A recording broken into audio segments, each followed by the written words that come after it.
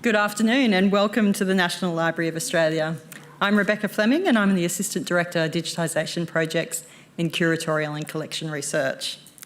I'd like to begin today by acknowledging Australia's First Nations peoples as the traditional owners and custodians of this land and give my respect to elders, past and present, and through them to all Australian Aboriginal and Torres Strait Islander peoples. Thank you for attending today to this event, coming to you from Ngunnawal and Ngambri land. I'd also like to take this opportunity to remind everyone that now would be a good time to silence any mobile devices that you might have on. This afternoon's presentation is Dr Isobel Bennett and the Secrets of Australian Seashores. It's by Dr Joy McCann, a 2026 National Library of Australia Fellow. Our Distinguished Fellowships program supports researchers to make intensive use of National Library's rich collections through fellowships of 3 months. National Library of Australia Fellowships are made possible by generous philanthropic support, and Joy's Fellowship this year has been supported by the Stokes family. I'd also like to acknowledge today that here in the theatre and online we have members of Dr Isobel Bennett's family in the crowd, and I'd like to welcome them today. Dr Joy McCann is an Australian environmental and public historian with a PhD in history from the Australian National University and a professional background in public history, heritage and policy. She is currently an adjunct associate professor at the University of Tasmania and has held the 2025 State Library and Archives of Tasmania Research Fellowship. In her presentation today, Joy will discuss her fellowship research on Dr Isobel Bennett's experiences and achievements within the context of Australia's role in the international post-war expansion of ocean and marine sciences. Joy will share Isobel's scientific insights and motivations for dedicating her life to the study and conservation of Australia's seashores.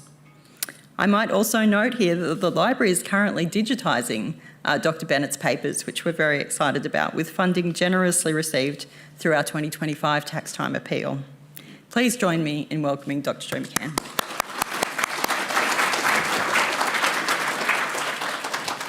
Thank you very much, and thanks all for coming today and for people who are joining us online as well. It's a real privilege to be here. And I too would like to thank Isobel's relatives for coming from Sydney today for this presentation and for those that are listening in online. I'm grateful to the Stokes family as well for supporting this fellowship, and also to the National Library, whose staff have been absolutely fantastic for the period of time that I've been here, with their support and assistance. I first encountered Isobel Bennett when I read her book about Macquarie Island during my research into the history of the Southern Ocean a few years ago. I was interested in her experiences as one of the first 4 women scientists to visit the island, from Australia at least. At the same time, I was researching the history of ocean and marine sciences in Australia, and I was intrigued by the fact that while the vast majority of Australians live within 50 kilometres of the coast, so little was actually known about the marine life on our shores during the 20th century. Isobel Bennett bequeathed the bulk of her life's work to the library in the 1990s, including nearly 2 metres of records with correspondence, field notes, manuscripts, transparency slides and interviews. Such personal collections are of great interest to researchers because they not only shed light on an individual's experiences and life story, they also offer a window into the wider context of in which they live, the historical context. But to give you a sense of who Isobel Bennett was and why her collections matter today, I'm viewing her story through some of the broader themes that frame my research, and you'll notice them in blue on my slides as I go through. But first, let me introduce you to Isobel Bennett. She was born in 1909 in Brisbane, the eldest of 4 children, and was 9 when their mother died, and her father moved his family onto a small dairy farm on Oxley Creek. She recalls never having seen a seashell in those early years, even though shells and the creatures that inhabit them would end up being at the centre of her life's work. She won a scholarship to attend a local girls' school but was too young to study science, so she would watch, as she said, with envy as the older sixth formers went off to the biology laboratory with Petri dishes and dissecting instruments, a holy of holies, as she put it, to which lower mortals were not allowed to enter. As a result of her family's circumstances, and like many women of her generation, Isobel left school at 16 and enrolled in a business college, which for many offered an employment pathway otherwise unavailable to them. She found work with a patent attorney firm, and when her family moved to Sydney in 1928, she worked as a stenographer with the Sydney Conservatorium of Music. But with the onset of the Great Depression, she, like many other workers, lost her job. And newly unemployed, she and her younger sister Phyllis decided to embark on a week-long Christmas cruise to Norfolk Island, boarding the brand new ocean liner P&O Strathaired in Sydney. As an interesting parallel with my own life, because coincidentally 3 decades later, I migrated with my family on that same ship on its final voyage from England to Australia. As fate would have it, absolutely, I was meant to be researching her. The young women were befriended by Professor William Dakin and his wife, who occupied the neighbouring cabin.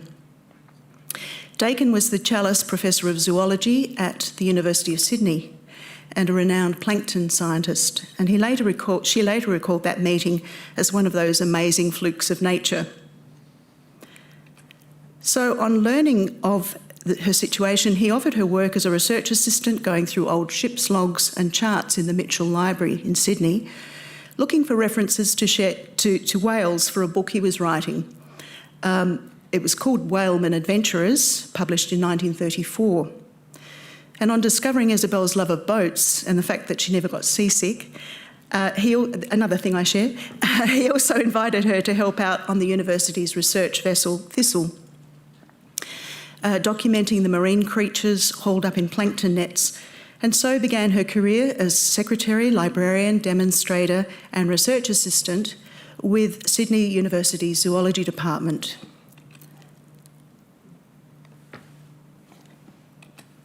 Aboard the Thistle, Isobel assisted with timing the net hauls, collecting and preserving the plankton, and later sorting it all out in the laboratory, as she recalled. She taught herself biology and zoology from textbooks, and between Dakin's schedule of lectures and meetings, became proficient at dissecting and identifying myriad species of marine organisms. She recalled, removing their tiny appendages under a microscope was a nerve-wracking procedure, especially as if there were only a very few of each sort. We couldn't dissect too many. The needles under high power looked the size of crowbars. Plankton was an important area of research at that time. They were known to be the foundation of the marine food chain, but very little was known about the species that existed in Australian waters. The work had been done in Europe. So Isobel would identify them by referring to enormous bound volumes, as she said, of research articles published by German, Dutch, British or American oceanographic expeditions. Their work was eventually published in 1940 as a monograph on plankton in Australian waters. Dakin presented her with this special copy, which is in her papers, and a handwritten letter acknowledging her contribution. He said there are 2 authors' names on the cover and the title page. It would have been more correct if there'd been 3, one of them being Isobel Bennett. Over several years, every day, with infinite patience, she used the microscope and her dissecting needles with an ability and a good cheer which made her the ideal research assistant. No man could have been better served. Isobel's tasks also included assisting Dakin in his efforts to promote biology in school curricula and preparing for his popular ABC radio series, Science in the News. At the onset of World War II, Isobel travelled with Dakin and his colleague Alan Colfax to assist them with the production of camouflage nets as part of the war effort, and that's related to the camouflage used by marine animals that Dakin was interested in. When the war ended, he shifted his focus from the open sea to the rock platforms around Sydney's foreshores to study the animals and plants of the intertidal zone, that narrow strip of land over which the ocean waves and the moon-powered tides are masters, as he wrote. And at that time, very little was known about this particular part of the coast. Isobel accompanied him on these field trips, identifying the species that inhabit different locations, from the open coast to sheltered harbour shores and sandy estuaries. There were no published species lists to work from, so she compiled her own. Dakin's plan was to study the distribution of marine animals all along the New South Wales coast, but ill health prevented him from travelling, so he sent Isobel and 2 assistants, Elizabeth Pope, a zoologist from the Australian Museum, and her friend Helen Newton-Turner, on leave from the CSIR, newly formed. Isobel recalled how the group of women set off in August 1946, quote, loaded up with sleeping bags, a tent fly and cooking utensils to explore the more exposed rocky shores from Sydney to the Victorian border. She said it was hard work, camping on hard ground overnight and rising early to catch the low tide on the next rock platform, but it was also great fun. The library holds a number of Isobel's early field notebooks and photographic collections. She recalled their basic equipment consisted of billy cans, tossed out after rusting, then jars and buckets and dishes which eventually went the same way, plus an oyster knife.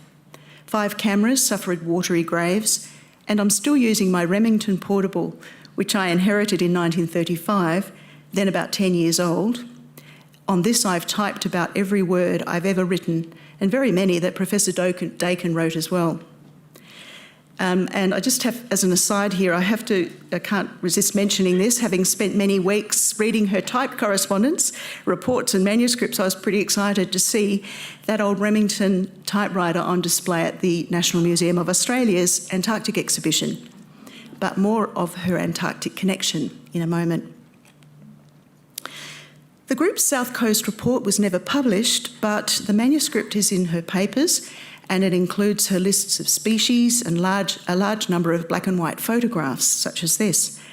A significant archive of the beaches, intertidal landscape and ecosystems, photographed at a time when the South Coast was relatively undeveloped and lightly populated. Its digitisation will be crucial for making this information publicly accessible and valuable for comparing environmental changes that have occurred over the decades since the 1940s. That's another page, a couple of pages of those albums.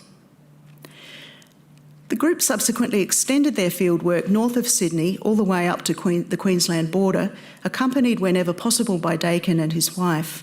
As she noted in their unpublished report, the party comprised 2 thin people and 2 pleasantly proportioned, cheery beings who generally wedged themselves into the spaces left on the back seat after it had been occupied by oranges, a pair of field glasses, various hats, to say nothing of the other equipment which worked its way down from the back shelf of the car. The field notes gathered during these early trips provided the raw material for Dakin's landmark book, Australian Seashores. Isobel recalled receiving weekly batches of almost indecipherable manuscript to type and retype.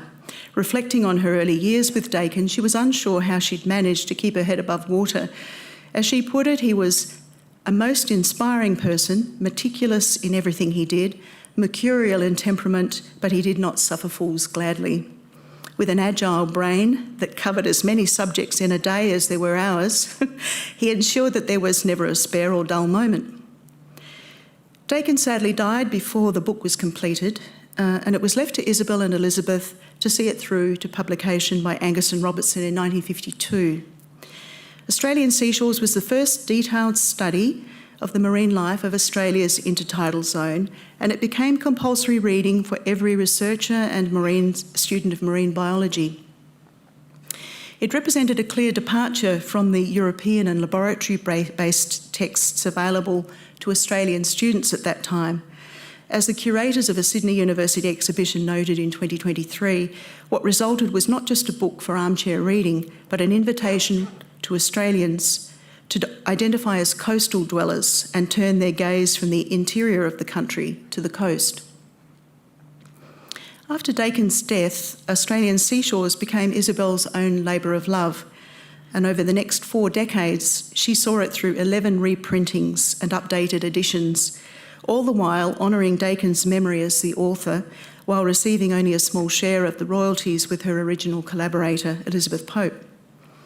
Along the way, she updated the names and classification of species to ensure that the book reflected the latest taxonomy, often sending photographs and even specimens by post to local or international experts for confirmation. And I can't help but mention an intriguing connection with the era of Antarctic exploration, the early so-called heroic era. In her papers, Isobel noted that Angus and Robertson, quote, got Hurley, the famous Hurley, to come out, and he did a couple of photographs with me on the shore. And so these colour photographs taken here were taken by Captain Hurley, who had accompanied both Douglas Mawson and Ernest Shackleton on their expeditions, featured in the first edition of Australian Seashores. Just love the way her life connects up these different parts of Australian history. Now, it's extraordinary, I think, that Isobel undertook this work with no formal scientific education. She was employed as a secretary and eventually appointed as a technical officer and a professional officer, both of which attracted a higher salary. But she had no academic status, nor the equivalent salary, despite her skills and knowledge acquired on the job, and over time, her international recognition of her expertise. Given this, I think it's interesting to view her career in the context of women's involvement in the biological sciences in Australia. So I'm going to take you onto a little bit of a different view of things here. So in the 19th century, women were often engaged in collecting, classifying and illustrating plants and animals for male naturalists. In the 1870s, for example, the renowned botanist Ferdinand von Mueller advertised in newspapers across Australia for lady plant collectors. Biological collecting was widely regarded as a pursuit suited to genteel women in colonial society. So it's not surprising that women were drawn to the field, which by the end of the 19th century was recognised as a scientific discipline in its own right.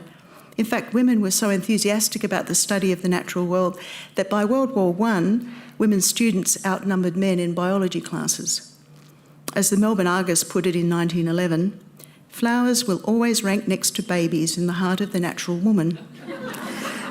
By then, the general impression was that collecting, drawing and classifying nature was a feminine pursuit, particularly as it appeared to require little training, equipment or knowledge of scientific theory. In addition, women could be employed as low-paid assistants by male academics. The British government was sufficiently concerned about the gender imbalance in biology classes in Commonwealth countries that it conducted an inquiry in the 1930s to determine why so few men were studying it, even though the most senior positions were held by men. As Jane Carey noted in her book, a recent book published called Taking to the Field, universities were actively recruiting men to the biological sciences, citing one professor in 1939 saying that biology is no longer a soft option and an accomplishment for a polished female friend. It is rapidly taking its place as a mature science, becoming more quantitative every year. But the major shift occurred after World War II as men returned from wartime duties to full-time civilian employment. By then, the biological sciences were becoming more specialised and hierarchical, and men were entering the field in large numbers, while women were often relegated to the lowest rungs of the profession. As Carey put it, there was an increasing tendency to portray science as a manly pursuit. And this was reflected in the media of the day, where women scientists were often defined by their feminine qualities first before their academic credentials.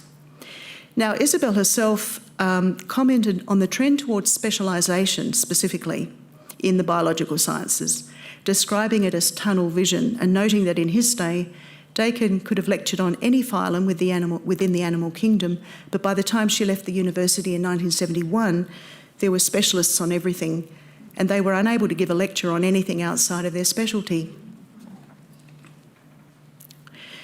Throughout her career, Isobel undertook extensive research along Australia's eastern coastline. This handwritten list gives you a sense of just how prolific and dedicated she was. Her particular interest was in the geographic distribution of intertidal species in different climatic regions, and it took her south to the cool, temperate waters of Victoria, Tasmania and the subantarctic Macquarie Island, and north to the warm, temperate waters of the Great Barrier Reef and beyond. She also participated in 2 oceanographic research voyages, the first in 1952, when she was encouraged by Dakin's successor, Professor Murray, to join the Australian leg of the round-the-world voyage of the Danish Galathea deep-sea expedition with the world-renowned scientist and expedition leader, Anton Brunn. Despite her misgivings about being allowed on the ship as a woman, she sailed from Sydney for Melbourne with 112 Danish and 3 Australian men, noting on one of her folders, just handwritten, "Prof Murray says permission will probably be given to me as a woman because Dane's more civilised than we are." She also undertook an oceanographic voyage led by the marine biologist Rolf Bolin in 1962. He's an American. He knew of her interest in coral reefs, and as chief expedition scientist on Stanford University's research vessel Tavega, he invited her to join the cruise as Dean of Students, fulfilling a dream of sailing in the South Seas from San Diego across the Pacific to Singapore. The list of lectures that she was required to give during the cruise nearly caused her to turn down the invitation, she recalls, but she had 6 months to prepare her notes and often worked late into the night reading books and journals to bring herself up to date on the subject matter. As it happened, the publication of Australian Seashores in 1952 had coincided with the increasing popularity of recreational activities such as skin diving and spearfishing.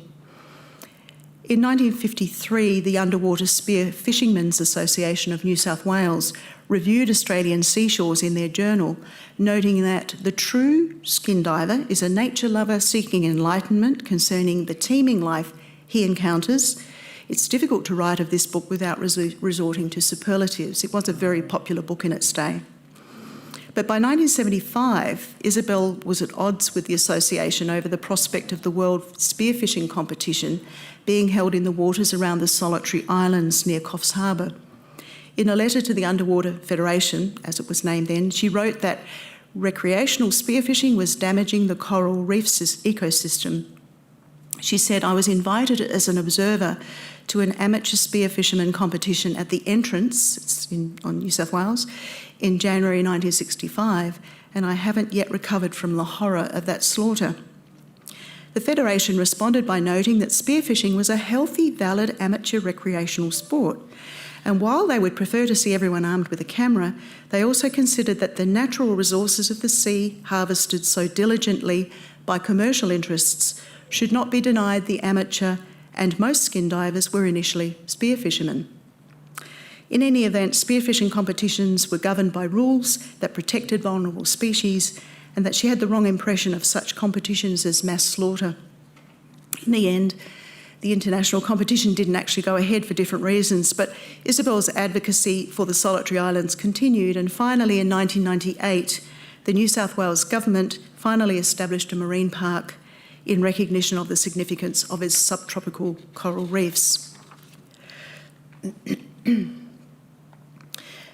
She was also active in campaigns to protect Sydney's foreshores from the early 1970s, raising public awareness of the significance of long reef on the northern beaches and the impact of unregulated harvesting of marine life such as shellfish and periwinkles and delicacies like rock oysters and blue swimmer crabs. It took nearly 2 decades, but the campaign for long reef eventually paid off with the establishment of a marine sanctuary in 1991, while Isobel herself became a mentor for coastal conservation groups like Project Aware and Coast Care. Here's just an example of the extensive collection of news clips in her papers, including some of her handwritten notes expressing her frustration over delays in achieving formal protection for Sydney's foreshores. But perhaps the fieldwork for which Isobel is best remembered now was on the remote shores of subantarctic Macquarie Island, 1,500 kilometres southeast of Tasmania. The island was first sighted by sealers in 1810, and it quickly became the focus of a fur sealing industry, with an estimated 200,000 fur seals killed in that first decade. Britain claimed sovereignty over the island in the same year, but it gained a reputation in colonial Australia as a dismal place, too bleak even for a penal colony. Nevertheless, its strategic location, halfway between Tasmania and Antarctica, would eventually make it an important resupply point for expedition ships voyaging south. Sir Douglas Mawson established a small station there during his Australasian Antarctic expedition in 1911, and on witnessing the devastation of its wildlife, wrought first by sealers, then a penguin oil distillery, he began campaigning for its conservation. He succeeded, and the island was finally declared a wildlife sanctuary in 1933, and the Australian government established a research station there in 1948, one of its first Antarctic territories. And it was there that Isobel stayed in 1959. She'd been working with Hope McPherson, a curator at the Museum of Victoria, undertaking fieldwork in the cool, temperate coastal waters around Victoria and Tasmania, and they'd wondered what might survive in the colder subantarctic waters further south. That was very difficult, she said in an interview, because the Antarctic Division's station there was a case of men only. They'd never had a woman. It took us quite a long time to get permission to go. As it happened, the museum's director was acquainted with Dr Philip Law. He was the first director of the newly formed Antarctic Division, and persuaded him to allow Isobel and Hope to visit Macquarie Island during ANARI's brief summer changeover. That's the Australian National Antarctic Research Expedition program. And the changeover would happen aboard the Danish ship Thala Dan. As you can see, the entry into a male domain caused quite a stir in the Australian media, including this article, which began with Antarctica, last citadel of masculinity, icebound stronghold of the bearded male, scene of the world's most exclusive men's club, is soon to be invaded by women. The Danish ships typically had 4 berthed cabins, so it was necessary to fill the other 2 bunks with women. And so Susan Ingham, a secretary with the Antarctic Division, researching southern elephant seals and seabirds, and Dr Mary Gillam, a visiting British botanist, were invited to join them. Isobel recalled attending meetings in preparation for the voyage, and how in Dr Law's final briefing he made it clear that, quote, on our behaviour depended the future of women in the Antarctic. They were all, she said, really quite indignant about it, but silence was the best answer.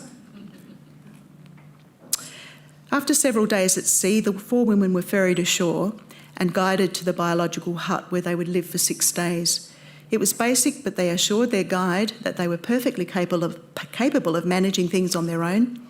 However, they were not supplied with appropriate clothing for the harsh conditions, and Isobel remembers spending each day clambering across the treacherous, wet, rocky shores, slimy with giant kelp, wearing her own clothes and a pair of sandshoes. She said, in our innocence and ignorance, we didn't realise that had we gone to the division, we would have been issued with various bits and pieces. We just took all our own things. The only thing we did get was jungle green camouflage tops and trousers, which we had to hand back. I'm just showing you here a selection of some of her original transparencies. They are going to be digitised, but it does give you a sense of, you know, the era and the fact that these were her original slides, which are now incredibly rare. Given the island's reputation for dismal conditions, it was a stroke of luck that they had 6 days of magnificent weather for their fieldwork. Most of the intertidal animals and algae were unknown, so Isobel and her companions undertook a series of traverses on the rocky shores, systematically recording everything they found from high to low watermark. At first glance, she wrote, the rocky shores of Macquarie Island seemed bare and almost devoid of life, but beneath the giant kelp fronds they found, quote, the richness and brilliant coloration of the intertidal fauna in rock pools, cracks and crevices. Isobel was invited to continue her research the following summer aboard the Magadan, and on this occasion Dr Law was the officer in charge, but he flatly refused to let the women sleep ashore. As Isobel tells it, this was a great disadvantage since our working time was restricted by the tides, and the first duck, that's the small boats, The first ducks ashore did not land us until well after low water mark, making it impossible to work on the intertidal seashores in the afternoon, for even on the calmest of days, the wind always rose by noon. And I was amused to find a telegram amongst Isobel's papers sent from the wireless station on Macquarie Island on the 5th of December 1960, I presume to her family, stating with wry humour, "Wonderful trip, reputation upheld. Love, Isobel." Her reputation was indeed upheld. She was invited to visit the island twice more by the division in 1965 and 1968. And incidentally, it was not until 1976 that the first Australian woman would be allowed to overwinter on Macquarie Island, and in 1981 on the Antarctic continent itself. Isobel drew on her experiences for her book, The Shores of Macquarie Island, published by Rigby in 1971. And I quote it, "First impressions are the ones which always remain, high forbidding cliffs looming eerily out of the misty dusk, with an echoing shout of human voices borne on the wind." She observed how early visitors to the island had introduced feral animals such as rats, rabbits and cats, and was shocked at the wanton and unrestricted destruction of native species. The island's unique environment and biodiversity were eventually recognised on the World Heritage List in 1997, and the feral animals finally eradicated in 2014. The Australian government established a marine park protecting 1/3 of its offshore waters in 1999, and that was expanded quite recently in 2023.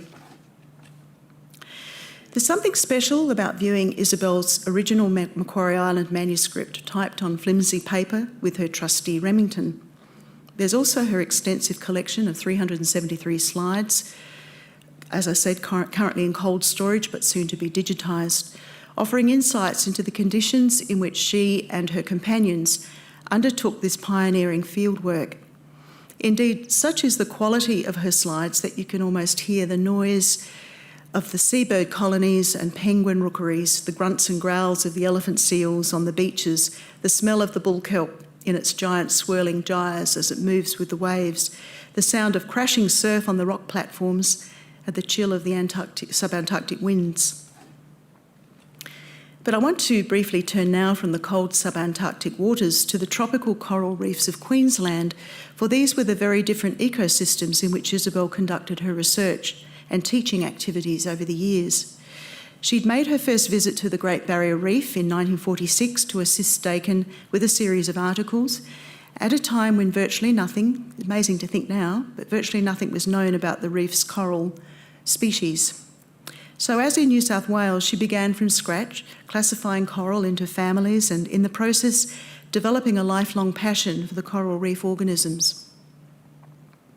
She returned to the reef in 1950 with Dakin's successor, Professor Murray, and a group of zoology students, and over the next 45 years she led 23 field trips based at the Heron Island Research Station and Lizard Island. In 1954, the University of Queensland invited her to join an expedition to resurvey the Low Isles and compare data with the 1929 expedition. And when a Melbourne publisher invited her to write her own book about the reef, she admitted that her knowledge of the reef system did not extend north of the Cumberland group of islands, so she applied for permission to travel to Torres Strait in a lighthouse vessel, servicing lights along the shipping lanes of the Great Barrier Reef.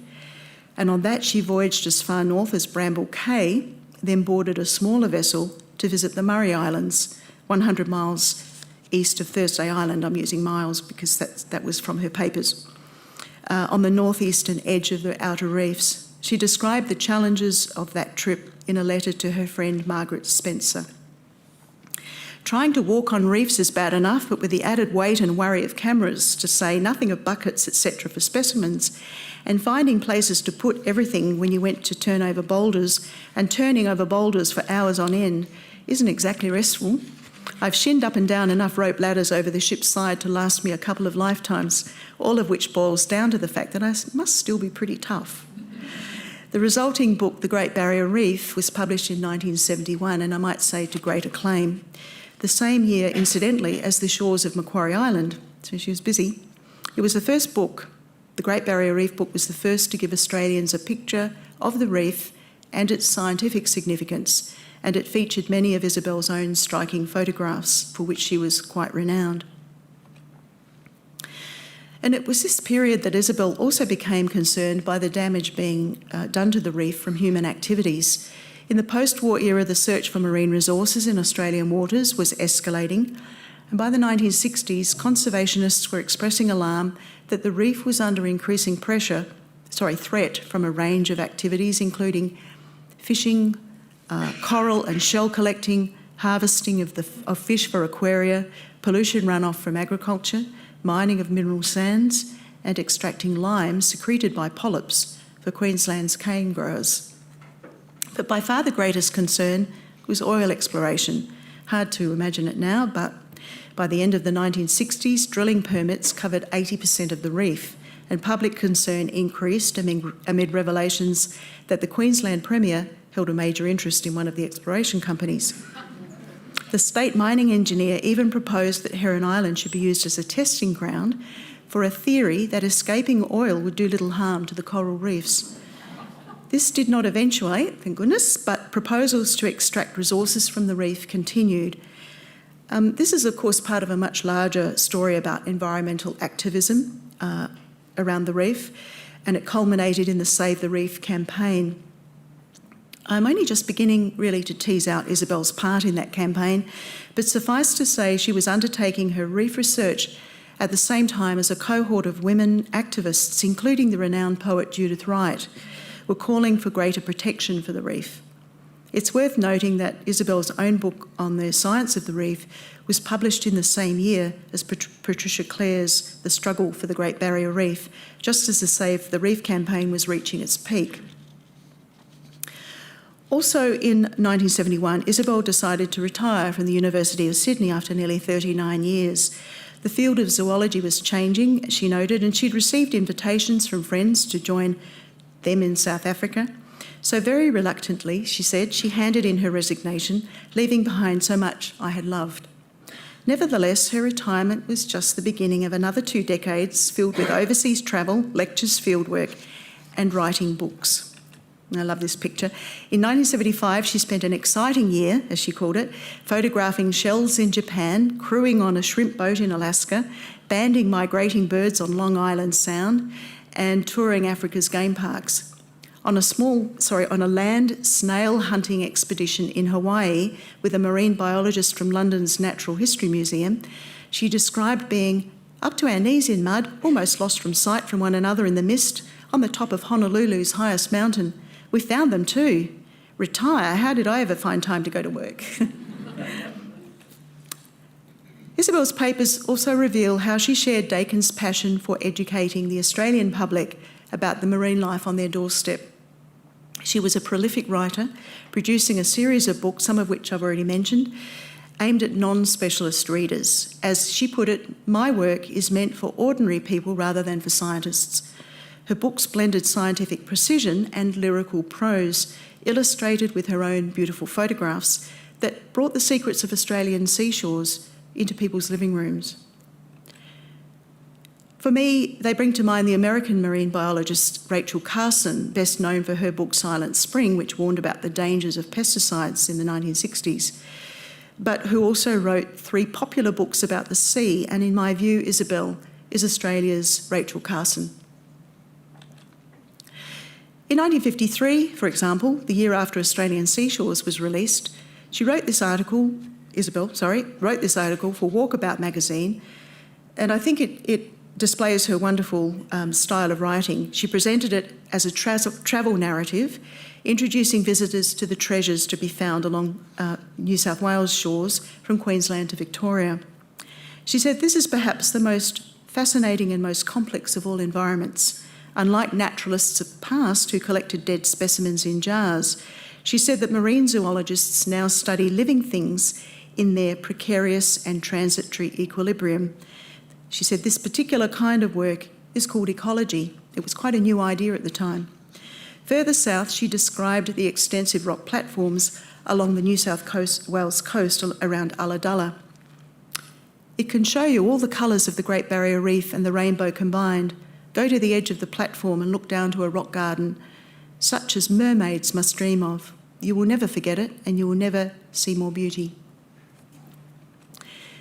In 1978, she co-edited a coral reef handbook with Patricia Mather from the Queensland Museum, aimed at the interested layman, noting that scientists were only just beginning to understand the processes at work in coral reefs, but that they are offered a laboratory in which the natural world can be studied and knowledge of it increased and used for our benefit our long-term benefit. They offer us a rich experience of wilderness and a place for recreation, uses enhanced by their ready accessibility to the cities of the eastern seaboard of Australia. She also continued to edit and update Australian Seashores and completely revised it in 1987.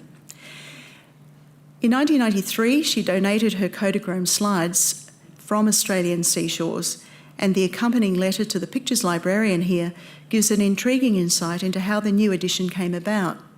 The publisher had asked her to expand the book to include all the temperate shorelines of Australia. The earlier editions had focused on New South Wales. And to replace all the black and white photographs with colour, please. She said that she had initially been, quote, appalled at the enormity of the task, especially at her age, because she was 77 at the time, and she had refused point blank. But so much pressure was put on her that she finally weakened, since she felt that there was no one else capable of doing it, and she owed it to herself and her reputation. She noted that the collection of slides was unique in that it represented over 40 years of her experience in the field, and that given the lack of funding, time and trends in modern marine biology, it was unlikely that such an exercise would ever be repeated. True to form, she embarked on that trip, finding and photographing in colour all the animals and plants that had featured in earlier editions and adding many more. As she observed, it was a daunting task, as many are seasonal and bad weather invariably coincided with the necessary low tides. She completed the new edition and expanded the text to include organisms identified in earlier surveys, supplemented by information from marine biologists in Queensland, South Australia and Western Australia. And in 1992, she updated Australian Seashores for the last time. She was 83 years old. The library also holds her extraordinary collection of marine biology slides taken between 1950 and 87, which is a treasure trove of life on Australia's seashores during a period of major social and environmental change. Her records reveal much about her as a person too. She was proud of her achievements, but hated that anyone would regard her as part of the women's liberation movement. As she put it, I feel that women can do whatever they want to do without kicking up a great fuss about it.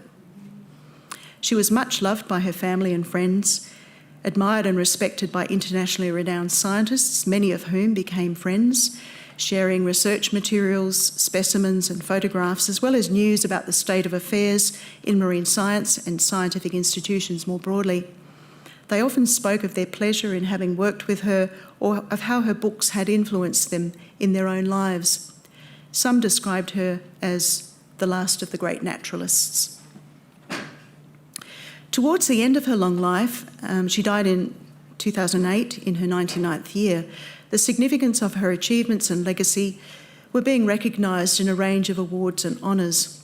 Each year, she wrote in a memoir, was filled with interest, work and travel. As time passes, one expects to quietly fade away and be forgotten, but a letter from the Secretary of the Australian and New Zealand Association for Advancement of Science in 1982 had shattered that expectation in more ways than one.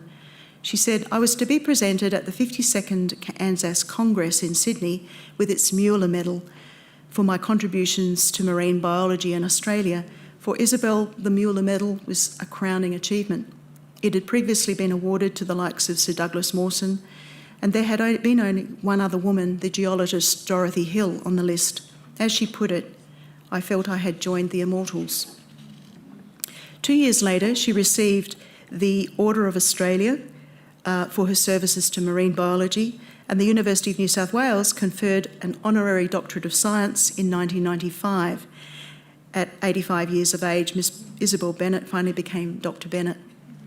A genus, 5 species of marine animals, and a coral reef are named in her honour, while geographic features include the Isobel Bennett Reef near Heron Island and Lake Bennett on Macquarie Island. In 2024, a new Parramatta ferry was christened the Isobel Bennett, while the Dr Isobel Bennett Southern Ocean Research Aquarium, a state-of-the-art research facility in Hobart, is due for completion in 2028.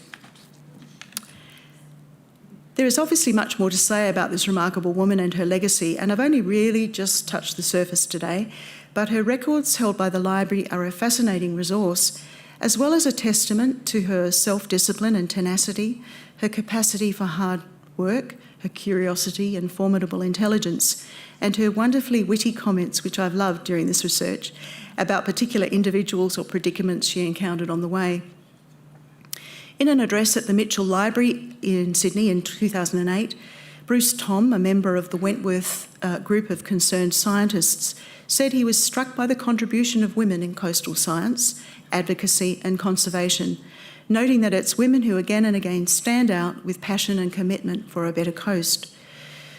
Isobel was the first to receive his accolade, and he also applauded the many unsung heroes in councils and conservation campaigns all along Australia's eastern seaboard. These women, he concluded, have made our coast a better place. We must all recognise their achievements and strive as individual men and women to build on what they have done. The coast needs us. The aim of my research is to bring Isobel's story to new audiences, not only as a celebrated marine biologist in her own right, but as a touchstone for local communities and conservationists concerned with Australia's marine environment. As Isobel put it in this article for the Australian Women's Weekly in 1967, it's strange, Australians love the sea, but most of us are blind to what's in it. Just on the sea fringes where we walk or swim, there's a whole fascinating world of strange and beautiful animals, but somehow we don't see them. Her story, I think, brings this hidden world into focus and offers us a sense of interconnectedness with these strange and beautiful life forms. And ultimately, I think this is Isobel Bennett's luminous legacy. Thank you.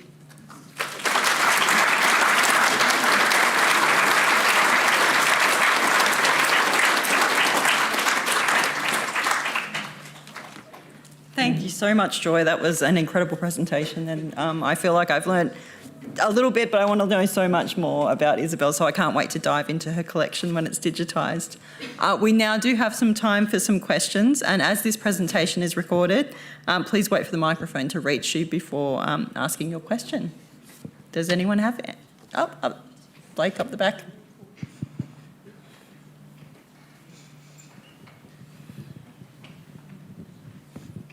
Thanks, Joy. That was fabulous. I really, really enjoyed that. Scientific achievements aside, she has a great eye. Does she speak much about her photographic practice in her papers and about the role that photography actually plays in her research?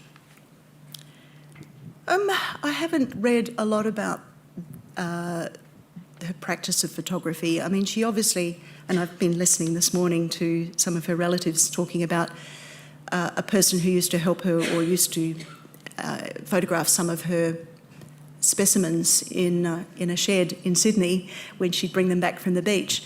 I think she probably learnt, as with everything, she would have learnt on the job, learnt it from some of the best, like Frank Hurley, heavens. When I saw his name, I just about fell off my chair because, you know, that was also early days with some of that equipment.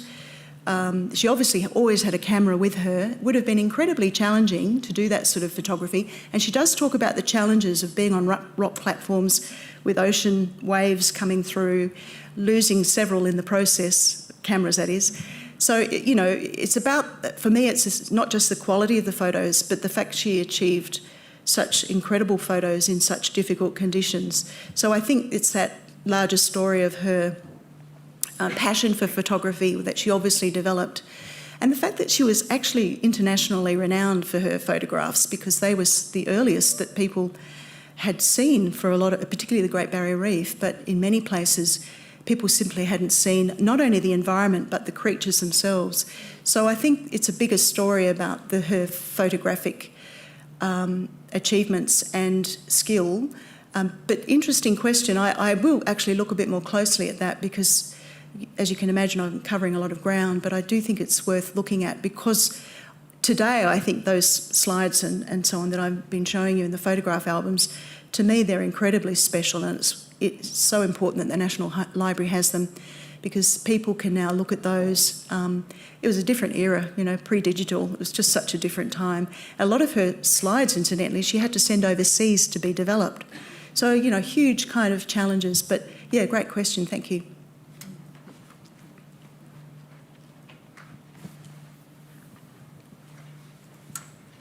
Dr McCann, thank you very much. That was a very enlightening talk.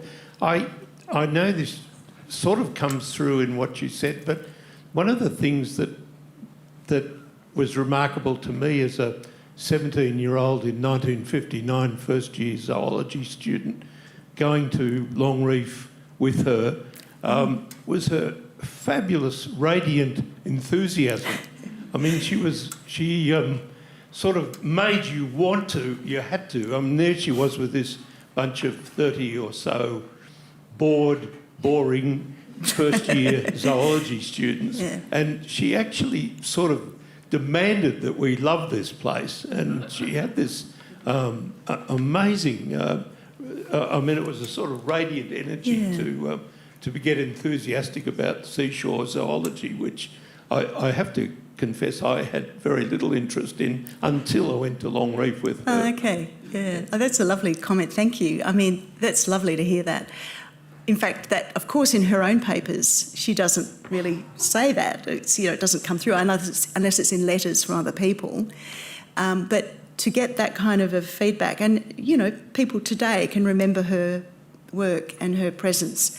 And certainly her passion comes through, very much so. But that's a wonderful way of, paying tribute to her, that she had that quality as well. I would have loved to have met her. I mean, it's a bit before my time, but she clearly was very, as I said before, she was very loved by a lot of people who never forgot her, and who, in fact, some people said that she inspired them to study marine biology and go on, from someone who, from her relatively humble background, to have done that. Pretty special kind of person. So, yeah, thank you. That was a great comment. I think we've got a question up the front here first. Yeah. Thank you very, very much, Joy. Is it turned on? Yeah. Okay. My name's David Bennett. Isabel was my aunt, and I have my cousin here, Sandy Harmon-Brown. You've brought Isabel's life to this presentation like I've never ever seen before. I'm absolutely it's fantastic. We spent many times out on the reef and accompanying her on that, but the depth that you've put into this presentation, I just loved it. And we always loved Isabel as our auntie. She was always there, she was always lending a hand, describing this or that, the other thing.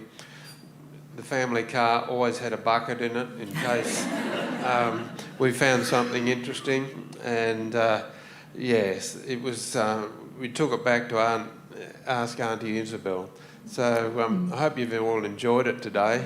I certainly have. It's been a real privilege. Thank you. Thank you. Thank you very much. Thank you for a very interesting lecture. I'd have a couple of comments. First of all, Helen Ennis is working on a book about Australian women photographers for the National Library.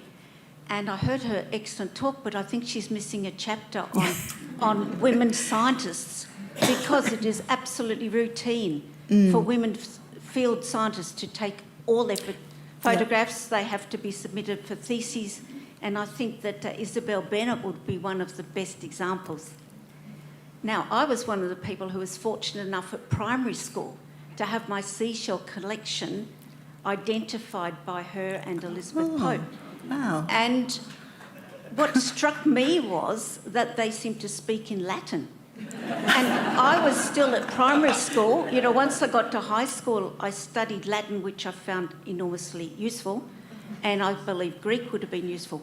But I don't think we're giving enough emphasis to her extraordinary intellect to be able to work in multiple languages, to be able to do all the taxonomic work, as well as what was the very beginnings of ecology, of relating why one species would be in Sydney Harbour above the intertidal zone, in the splash zone, and one would only be found in deeper water.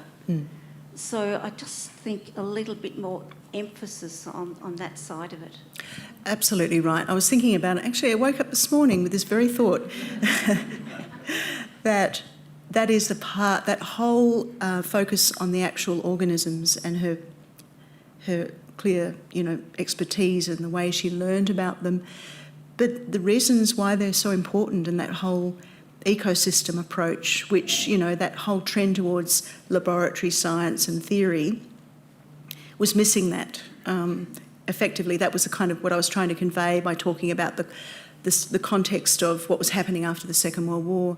And what really drew me in was her attention to the detail and the understanding a particular kind of environment and looking at the animals in their context, which was really unusual at the time. It was, but it kind of in a way has that origin in the 19th century, attention to women, particularly women botanists, collecting plants and describing the environment that they found them in, plants that had never been seen before outside of Australia. So yeah, I think you're absolutely right. I think there's dare I say it, my husband's here at the moment, might have to do another whole exercise, because to me that's the next place to go, is to look at her relationship with those creatures and their habitats and where they lay. I never really quite got a handle on what an intertidal zone looks like, because I've never studied one. So that, I think, is actually a really rich area for drawing out, because again, it's about bringing new audiences or people who are unaware of her work into an understanding of that environment that most of us, if we go on the seashore and we might, look in rock pools and show children, but it's bringing that environment into a greater clarity and the beauty of it. I loved her description of the mermaids, in the rock pools and things. Would be amazed at the beauty and the colour, and that's the aesthetic of it. But there's also the interest, the scientific dimensions of that too. So why are they important, and what have we lost? And I think that's the conservation aspect of her work too that needs more focus. One more. That area? Yeah, there we go. The mic's coming.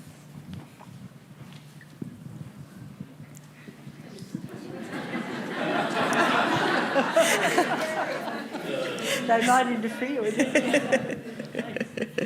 So I also had her as a demonstrator at the Sydney University when I did biology, a little bit later than Max, but again very enthusiastic, taking us to the long reef and running the excursion, and really she was terrific.